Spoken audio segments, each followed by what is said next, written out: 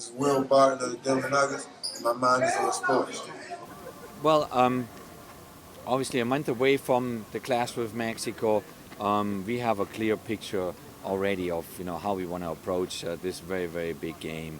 But at the same time, want to see some players that we haven't really kind of had the opportunity in the last World Cup qualifiers to have a closer look at.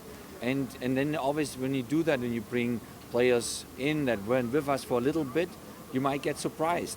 And we had one surprise definitely with Julian Green. Julian Green is training tremendously well. He had a good game in Cuba, even if you couldn't judge that game because of the field. But we see a lot of elements that we kind of were hoping for in his games. Then we have other youngs like Lyndon Gooch training really well.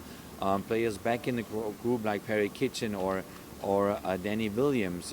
We have a young goalkeeper coming through with Ethan Horvath in his debut for the national team program. So it's very helpful for us to gather that information. Do we have a pretty clear idea about how to approach Mexico? Yes, we do. What do you know about New Zealand? We know their players. We know obviously their path. We watched their recent games. I think they played a very very good game with Mexico. I think Mexico was a bit surprised how they high pressured Mexico, how aggressive they were, how they kept the tempo the whole 90 minutes. Most of their players play in Europe, even if it's not in big clubs, but they know how to play games. They're very ambitious. They have a good a good fighting spirit in their group, and I think that kind of caught Mexico a little bit by surprise. And if it wasn't for the kind of penalty that was given to Mexico, it could have been a different result. Obviously, going into tomorrow's game, looking for a win, you were talking about what you're trying to get out of some of the younger players coming in. What's something from a coaching staff standpoint that you're looking forward to getting out of tomorrow's game? Well, we want to see, the players, how they present themselves, how they take matters in their own hands.